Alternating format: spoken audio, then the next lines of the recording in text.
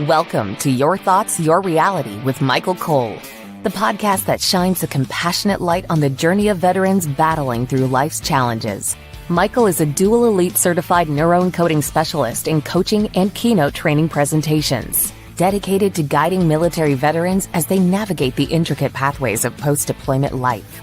Join him as we delve into the profound realm of neuroencoding science, empowering these brave individuals to conquer universal battles, procrastination, self-doubt, fear, and more. Together, let's uncover the strength within you to re-engage with families and society, forging a new path forward. Hello, everybody. Hey, so we had some tech issues. We're here and life is good. So for some reason, my email didn't want to work and blah, blah, blah. So today I'm super excited. We have Veronica Vasquez. Veronica is an expert in integrating social emotional learning, fitness, dance, and energy work to combat stress and burnout. She has a personal connection to the military community through her veteran uncle and cousin. She specializes in holistic healing by combining mental and physical wellness strategies. And Veronica is passionate about helping individuals build resilience and manage emotions through movement and mindfulness. So super excited to have you on, Veronica. So tell us a little bit more about yourself, if you will, please. Awesome. Hi, Michael. Well, thank you so much for having me. I'm super excited to be here. Yay! So I am a person who is super passionate about helping people find their unique thing that makes them light up. So since I was a little girl, I remember that the one thing I always wanted to do in the world was unite people from different paths to just understand each other and see how valuable they are as a person. That was always and has always been, I don't think I've changed, what's been the most important thing to me in all of the ventures that I do. I started at a really young age dancing. I love dancing, and that has taken me down a path of teaching entrepreneurship, training instructors, to fitness, and just exploring different ways of supporting people through fitness, and getting different, all these certifications and things to bring value to my work. But essentially, as a kid, where it started was I love to dance. I had health issues, and I had a dad who was a mental health therapist. And for me, understanding psychology was just like, it was just normal to me. And that's, I think, my first understanding of being so intuitive with people's feelings. And of course, I believe I do have a gift in that area, but that's kind of where it started. And where I am now is I'm the founder of JMM Dance Co., a nonprofit that helps people through bringing mental health awareness through social emotional learning with dance. And I'm also the founder of Elizeron, which is a company that combines everything that I do, from selling curriculums to teaching, training people in the dance and fitness world. Fantastic. I love that, and here's the thing, right, is I don't really dance unless I have a little tequila, then I think I can dance, right? But all jokes aside, it is so freeing when you just move your body, and it's so good for our mindset and our emotion, etc. So it's super cool that we have you on here. So thank you for being on. Before we really get started, I want to remind people I pointed the wrong way. On the top right-hand corner of your screen is a blue QR code that takes you to empowerperformancestrategies.com. Again, for people listening on the podcast forums later, empowerperformancestrategies.com. There are free ebooks that I've written. There are Facebook groups for both veterans and their families. Be part of our mission, be part of our community. So check that out. There's all kinds of resources there. So with that said, Veronica, you ready to get started? Yes, I'm super stoked. Fantastic. So I know you kind of touched base a little bit on it, but what kind of really made you move into that journey into social emotional learning, fitness, dance, and energy work, and begin and what inspired you to combine these practices? What really put it all together for you to really get started doing it? I think the day that I realized was the day I decided to close my dance studio. Doesn't sound very good, but I You know, had been. it's funny, Veronica, when things like that happen, and for whatever reason we're like, oh man, my life just got turned upside down. It's kind of crazy what opens up and where we move into the next realm of our lives to find fulfillment and things, right? So Yeah, I'm assuming that kind of worked for you as well. it did.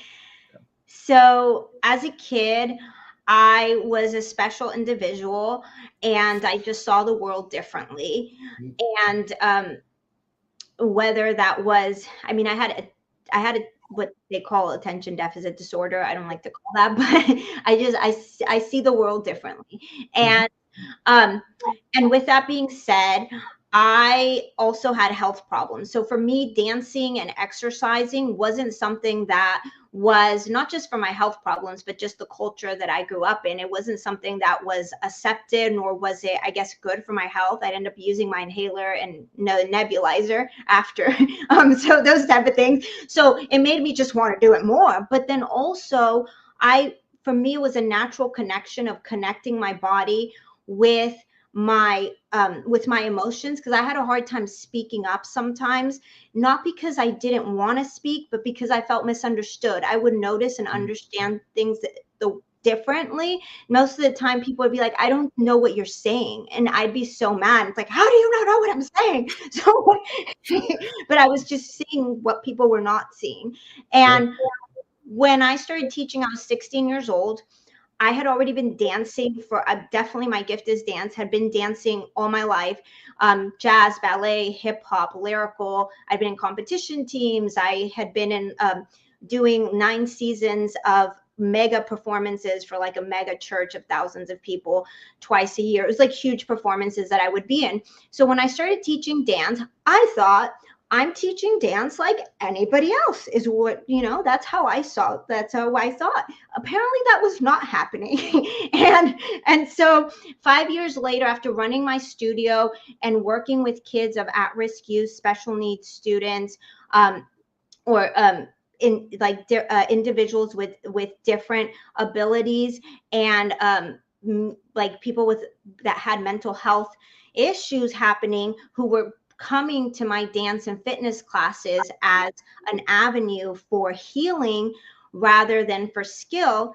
Yes, I just didn't know I was doing that. Fantastic. So Yeah. I was like, I'm not hitting the mark, until finally I decided, you know what, God, this is not my calling to own a dance studio. And I'm going to go back and figure out what my calling is, because in that moment when I decided to close, had 2 locations, I realized that there was more to Veronica than teaching dance for skill set. And that's when my whole world changed. And I started going into a very different path and understanding what my gifts truly were. Yeah. That's really fantastic. It really is. So many people, first of all, let me just, take 2 steps back and say, so many people would not have the courage to do that in the first place, to find what their fulfillment or what their life's purpose is. So, congratulations to you, first of all, for having the courage to do that. Number 2, finding something that helps so many people. I can't commend that enough. So bravo. So Thank when you made that move, what was some of the things that you really wanted to focus on the people you wanted to help? you. I recall people when they were coming to my classes or programs, one of the things that would be said regularly was, you just have so much energy. When I come into the class with you, I feel like a different energy just comes into my body. And at first I Right. was like, oh yeah, I was really young. I would think at first. It was just after a while it started to click with me. Well, this is not what we're talking about. Also, like, it was just the words that people would say that started to click to me. For me, it was at that moment I realized that I really wanted to help people from different walks of life truly step into who they are and empower them. And I knew that to do that, I needed to be able to fully explain what I do in my own with my own curriculums, with my own type of system. And it didn't fit the mold of a dance class. It didn't fit the mold of a fitness class. It didn't fit the mold of just energy work by itself. And that's where it started. I mean, it's definitely been a journey from there. At that time, I was actually pregnant with my son. It was definitely hard and difficult, to say the least. The decision I had to make. I wanted to have a franchise as a dance studio, and it was difficult for me to say, hey, I'm stepping away from these 2 locations because I know that what I want to create is something else. Right. And so when you have started, obviously you started it and you're successful at it. So when you started it, what are some of the key things that you see it helps with people? Say, again, we're going to bring it back to veterans and their families, but I think most of it is the human condition. It's stress, it's overwhelm, it's all of these things that humans deal with in general. So what are some of the things that you see, or have people told you, hey man, this has really helped with this? Give me some thoughts on so people listening can get more of an idea of what it all can help. So what people are saying that is helping with the way that they view themselves, the way that kids, I work a lot with kids. So a lot of the kids can express their emotions differently when they showed up. They can label how it is that they're feeling as opposed to before they started working with us. They could be feeling angry and say, I'm happy, or whatnot. And just being able to label the emotions, and parents saying, hey, I'm even like, because it takes a while for people to recognize what's going on. But what I hear from most people when they don't recognize what's going on is, your dance class is very different than my kids go to other classes. My child leaves very confident here and is so happy, and is just saying that they want to, like, at home want to be dancing like Miss Veronica, but what I'm seeing them do is like teaching us or building, or like just looking really confident. I didn't see that before they started coming to your class. What adults will say is, I feel so much more confident. I feel like I understand how my body and my mind are connecting, as opposed to, I didn't recognize before, being self-aware of, a lot of times I'll say they'll say I had a leg condition, or I have I have like arthritis in my hands, and I didn't really recognize how much power I actually have to to heal, to heal from the pains that I'm feeling, and how much they're tied to emotion.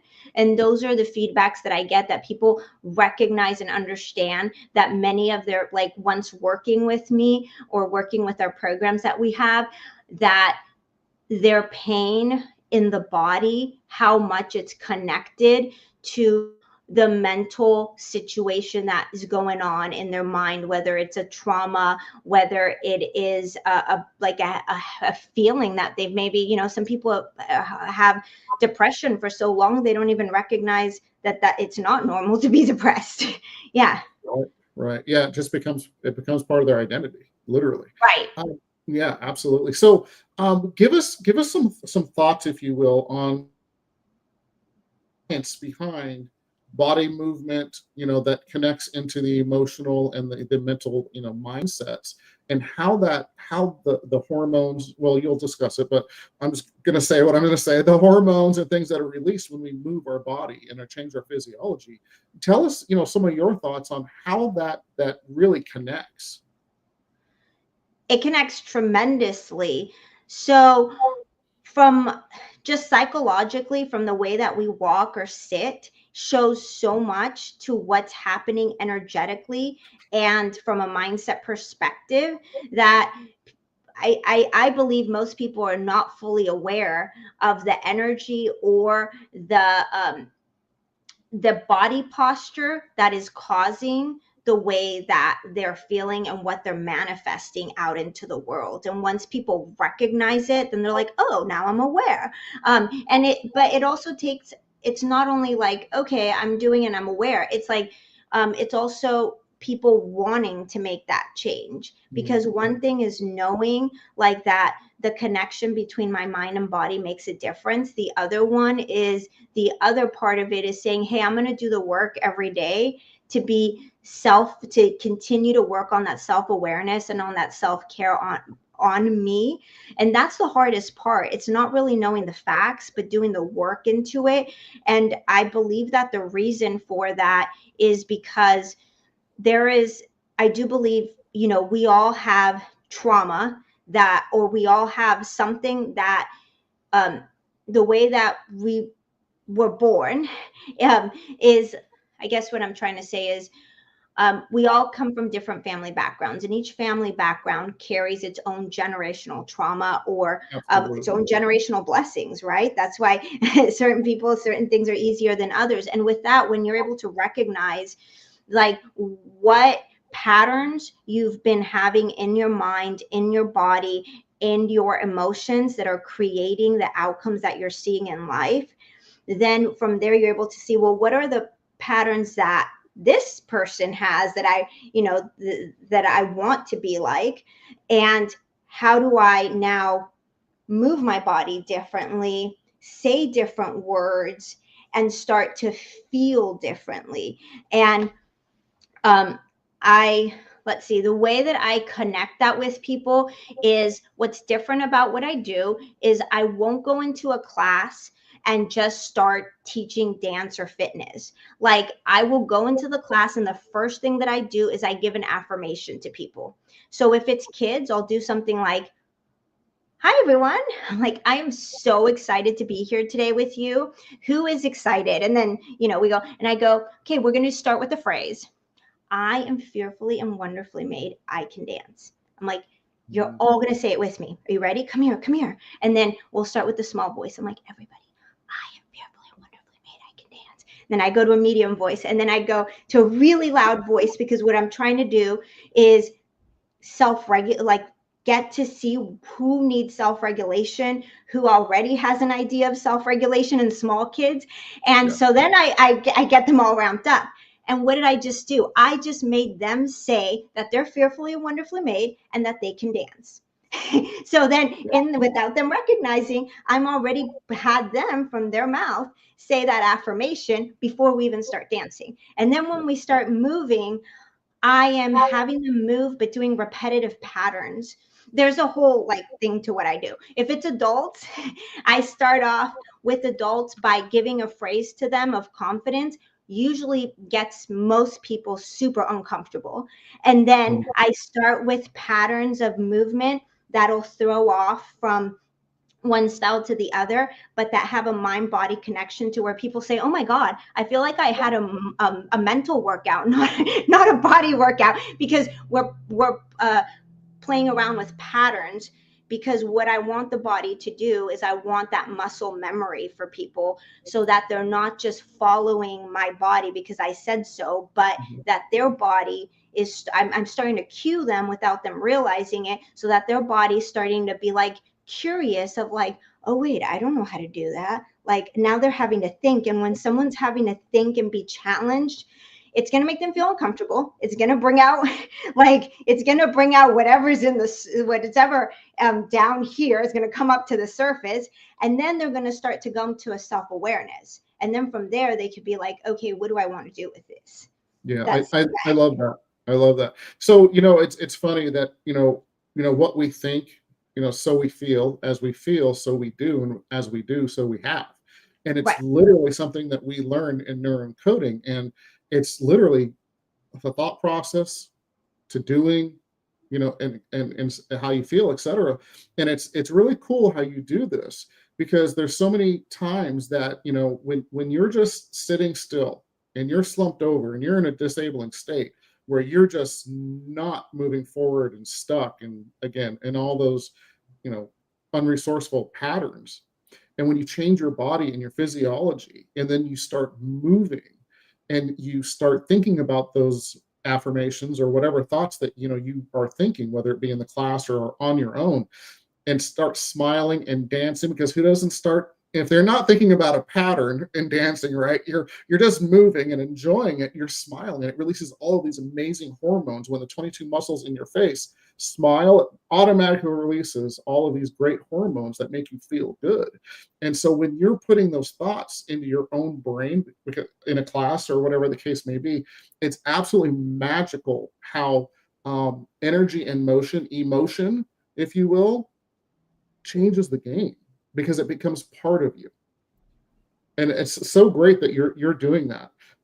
Can you talk to me a little bit about maybe somebody specific that you saw change? It can be, you know, a kid, please don't use their name necessarily on here, but a kid or an adult, whatever the case may be, your husband, you, whatever the case may be, but of somebody that you saw, you know, a beautiful change in from being in one of your classes or some of the things you teach. I'd love to hear that. Yes, and actually, I'll put it in the link below.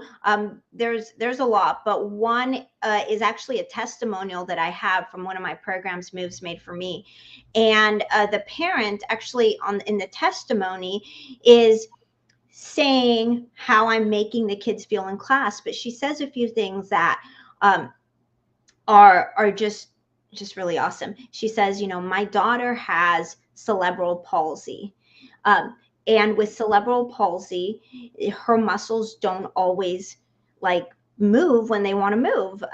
When she wants them to move, there's just like that disconnection with the brain, right? She says, and in the testimonial, she talks about how my daughter's been in a lot of different classes, and she usually was feeling self-conscious, and she wasn't able to do the exercises. In Miss Veronica's class, I've seen a tremendous change in her ability to move, because the way that she's being talked to, Veronica's talking to her, and she says in the testimony, not just my daughter, but all kids, into their abilities, not into the disabilities. And this specific class was a class with kids with disabilities.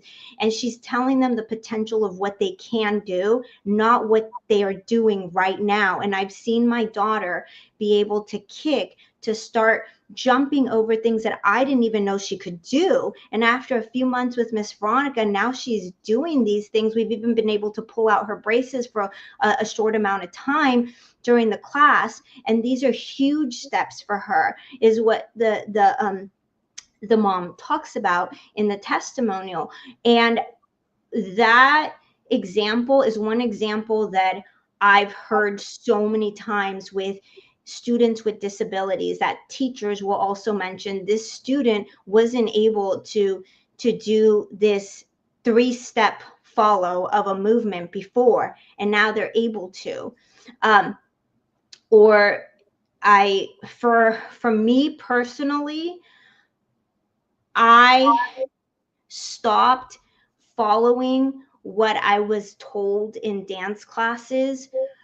And that was due to my, I had a teacher in college. She changed the way I saw and viewed dance. I remember stepping into the room, and I was so caught up in, like, I have to have specific dance steps. Right. And I need to look a certain way, and I need to remember the movements. And I didn't view dance that way. I have a hard time counting. So I'd be so self-conscious. And so she did modern dance. I'm in connection with her still. But when I learned modern dance, it opened up my entire world to realize, like, hey, I don't have to be self-conscious with not going to the rhythm of the music. That's not what dance is. And when it connected me to recognizing that there's an energy flow that has nothing to do with beats of music, it started to switch something in me, and realizing like, that's what I do. When I'm seeing dance, I'm not dancing to the beat of the music. I'm letting this energy flow within me. And then I'm projecting that onto my students. And we are moving to the flow of this energy that is then releasing the emotions that are trapped inside our bodies.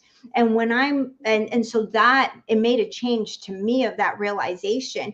And those are just a few of them. um Those are fantastic. okay. Yeah, Yeah. Veronica. I mean, those are fantastic. I mean, can I just stop? First of all, I just got chills. We call them God bumps, not goosebumps. So Okay. when you talk about your journey, right, and the courageousness and braveness of you saying, okay, I'm going to close these studios. I'm going to do this because it's what I want to do. And you go back and you look at this teacher that taught you a different way, that felt more in integrity with you, right? And Right. felt natural for you, because dance really should be natural. It should be just a feeling, right? That, in that sense. Of course, there's structure and certain aspects when you're performing. I get that. But when you can release and have there's that emotional connection with your body and your soul, if you will, it's such a beautiful thing. And then here's the craziness. If she didn't teach you that, would you be where you are now? Because you're open to it. And that little girl and all the other kids that you're changing their lives, both now and they're teaching it to their parents and they're teaching it to other people. How amazing is the work you're doing? I mean, bravo. It's fantastic. Absolutely fantastic. Thank you. No, I don't think I would. If it Yeah. were for her. Actually, she has her retirement coming up, a retirement party this Saturday, and I'm gonna be there. But I don't think I would be if it weren't for her, because when she met me at that time, I'd been dancing already for years. I felt like a complete failure. I didn't think I was a dancer. Yeah. And because of her, I actually entered the university's dance company, and I was with my studio at the same time and everything. As the first freshman in the dance company, which was unknown, because she was really able to tap into my, like, helping me see the uniqueness of my talent, because Yeah. I couldn't see it. All I could see was, I'm a failure. I Right. can't remember dance steps, and I dance all day, 3 hours a day, for all these productions. I still can't get it right. What's wrong with me? And like, that's all I could see in my head, because I wasn't seeing that I have this gift of helping people release energy. And that the way that I do it is through movement. I didn't see that. All I saw was a failure that couldn't count to the beat of the music and couldn't Yeah. remember what I do if for the sake of it. And I was so self-conscious of it. Actually, though, it took me years afterwards. It's not like it was an aha moment, right? When it was like, God was working in my life for years, in that healing of me recognizing it, and healing through my own students, of being able to stand in front of people and be okay with myself that I don't remember my own dance steps. Because years later, it came to me that if I'm doing energy work, the energy is not counts. It's not the same. So Right. I'm moving with the flow of this energy, which is why I don't remember the dance steps, because I'm dealing with different energies in the room. And I'm actually very talented, because I can, like, on the spot choreograph like there's no tomorrow to different dance and fitness. And when I started saying that to myself and recognizing that in myself, then I was really able to step in and be like, hey, I'm proud of who I am. I'm confident in what I do. And this is what I bring to the table. And it's like nothing you've seen before. So I'm going to help you. And like, and when I wasn't in that, then of course, it's like if you're giving an apple to someone that wants an orange. And yeah. Totally. So, hey, so when we're done with this, and we're at the end of the show, and it flew by, but I want to give you some tips for you and your students. Some neuroencoding tips. So just we'll talk after the show. So, Okay, perfect. so really quick, how do people reach out to you if they're interested in learning more about what you do?